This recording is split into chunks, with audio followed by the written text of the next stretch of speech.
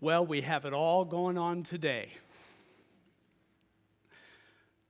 Story of the stoning of Stephen. And the good news, as the gospel hymn says, that there is plenty of good room in our Father's house. Today's gospel lesson is taken from the farewell address of Jesus as recorded in the gospel according to John. John is the longest and the newest of the four Gospels, and this scene takes place on the evening of the Last Supper. Jesus has just washed the feet of his disciples. Judas has just left to do what he must do. The next day, Jesus will face a painful death by crucifixion. So now, in these last final hours, Jesus speaks with those who have remained loyal to him, and he tells them, I'm with you only a little longer. And he reveals that where he's going, the disciples cannot follow. But as he prepares his disciples for his absence, he also offers powerful words of hope. Do not let your hearts be troubled. Believe in God. Believe also in me. In my Father's house there are many dwelling places. If it were not so, would I have told you that I go to prepare a place for you? And if I go and prepare a place for you, I will come again and will take you to myself, so that where I am, there you may be also. These are the words of comfort read at countless funerals, words strong enough to be read next to freshly dug graves. These are the words of a hope-filled and eternal promise. But in addition to these comforting words, Jesus says something far less comforting. I am the way and the truth and the life. No one comes to the Father except through me. Is this an exclusionary Jesus to whom we're now being introduced? Is this the Christ who says the only way to God is through him? Is this the Jesus quoted by countless fundamentalists as proof that all other religious traditions are just pagan and valueless? In a word, no. We must remember that when these words were written, the author of John could not have cared less about one-upping the Buddhists or the Hindus or the Muslims, or even the Jews for that matter, by including these words in the fourth gospel. First, John never knew a Buddhist or a Hindu, and Islamic faith had not really found its wings yet. So as far as we know, he didn't know anything about them. And second, his little sect of followers, if they were anything like the Christians in Corinth, had no power or preeminence in society whatsoever. How were they going to lord anything over anybody with their complete lack of social or political clout? The Jewish scholar and former St. Bart's Forum speaker, Amy Jill Levine, said that when her son was young, she would bring him to the classes she was teaching at Vanderbilt Divinity School, and she would have him wear his yarmulke and fringes. And then she would say to the class, for the benefit of the Christian students, when you talk about Jews or Judaism, think about this child. Say nothing that will hurt him. Say nothing that will cause a member of your congregation to hurt him. Do not use Judaism as a foil. Do not bear false witness against it. And do not make the gospel of love into a message of hate. Sometimes we actually need to see incarnate examples of the people we could hurt if we failed to exercise great caution in talking about religious difference. Our gospel of love, Christ's gospel of love, can never be turned into a message of hate. The author of John isn't providing a proof text for Christian triumphalism. He's not implying that only Christians are loved by God. He's not claiming that people of all other faiths are not only wrong, but they're condemned to eternal damnation. Boy, that's a message I got when I was growing up in the church that my grandfather took me to attend. John is proclaiming a blessing. It's actually a glorious, spine-tingling affirmation. He's saying that in following Jesus is the way, in trusting Jesus is the truth, in experiencing Jesus as the life of the Spirit, the believer comes to the knowledge of God in a wholly new and unprecedented manner. One comes to see God as Abba. That is to say, we come into relationship with God assuming a ferocious familiarity and intimacy and confidence. The very kind of relationship that a toddler instinctively has for a beloved parent. Imagine God as mommy or daddy.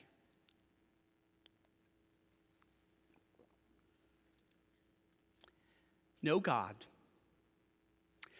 God in the history of this world ever came to humanity in such a loving, familial form. No God in the history of the world was ever so accessible, so relatable, so human. This really was very good news. Former Harvard professor and theologian Harvey Cox wrote, "From Jesus I have learned both that he is the way and that in God's house there are many mansions. I do not believe these two sayings are contradictory. In fact, I have come to see that only by understanding one can we come to understand the other." Jesus said, "Have I been with you all this time, Philip, and you still do not know me?" If we think that we would know more about Jesus, that we would understand more about Jesus if we had walked with him and talked with him some 2,000 years ago, we only need to listen to the words and to watch the actions of the disciples to know that that isn't really very likely. Jesus knows what the disciples do not know. He knows they do not know him. They love him. They wish to follow him. They do not get it. It may well be that the primary task of Christian theology is to identify Christ. Who is he? What does he want from us? What can he offer in return? Robert Farrar Capon observed, "Jesus is not, thank God, Santa Claus. He will come to the world's sins with no list to check, no tests to grade, no debts to collect, no scores to settle. He will wipe away the handwriting that was against us and nail it to his cross. He will save not some minuscule group of good little boys and girls with religious capital in their piggy banks, but all the stone-broke, deadbeat, overextended children of the world whom he, as the Son of Man, the holy child of God, the ultimate big kid, if you please, will set free in the liberation of his death." He tapes a gone fishing sign over the sweatshop of religion. And for all the debts of all the sinners who ever lived, he provides exact change for free. How nice it would be if the church could only remember to keep itself in on the joke. I wish I could write like him. How very nice indeed, especially for those of us who feel trapped in the sweatshop of religion. Those of us who feel we can never work our way out of the debts we feel we owe. Jesus is Bangala, proclaims the Reverend Nathan Price, an American evangelist, to a group of confused Congolese villagers in Barbara Kingsolver's novel, The Poisonwood Bible. You remember it? The villagers' confusion stems from the Reverend Price's failure to catch the nuances of the local language. That use of tone and cadence is important. While he meant to say something like, Jesus is supreme, what came out is, Jesus is poisonwood, the name of a local plant with horribly irritating qualities. Throughout the novel, Price never budges in his determination to preach the gospel out of his King James Bible, stubbornly oblivious to indigenous traditions and the needs of the people he's trying to reach.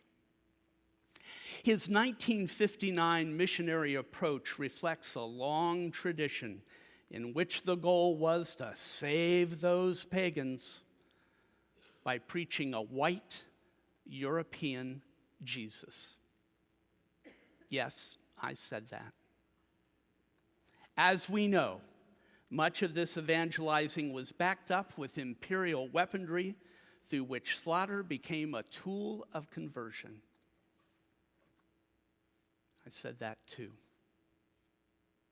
You know, the modern liberal tendency is to shrink back from this horrific history and instead to engage in ecumenism and interreligious dialogue with those of other traditions. However, whether as a God and country conservative or as a nonviolent radical, we may often replicate the Reverend Price's method when offering up our good news. We've got to do better. The stoning of Stephen, the lesson we heard this morning from the book of Acts, reminds us of the true cost of genuine Christianity. Not some sort of wannabe Christianity, but the real thing. T.S. Eliot's Murder in the Cathedral dramatizes the martyrdom of Thomas Becket, Archbishop of Canterbury in 1170. The story builds to the final moments when Becket is pulled inside the cathedral by these three priests who are trying to save him from the king's forces. They bar the door for safety, but Thomas Becket, with a boldness that befits St. Stephen himself, demands, "Unbar those doors. Throw open the doors. I will not have the house of prayer, the church of Christ, the sanctuary, turned into a fortress. The church shall be open, even to our enemies. We are not here to triumph by fighting, by stratagem, or by resistance, not to fight with beasts as men. We have fought the beast and have conquered. We have only to conquer, now by suffering. This is the easier victory. Now is the triumph of the cross. Now open the door. I command it. Open the door."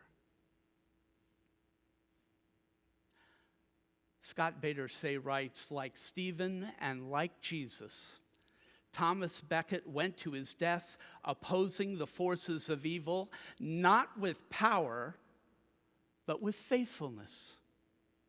Though we are tempted to hide behind barricades and guns and bombs, the stories of the martyrs remind us of the one who overcame evil not by defeating the enemy, but by loving the enemy and thus defeating death itself. The power to overcome has always been spiritual, not temporal. We will only effectively engage with those whose beliefs differ from our own when we love them, truly and sacrificially love them, just as Christ truly and sacrificially loved us. Only then,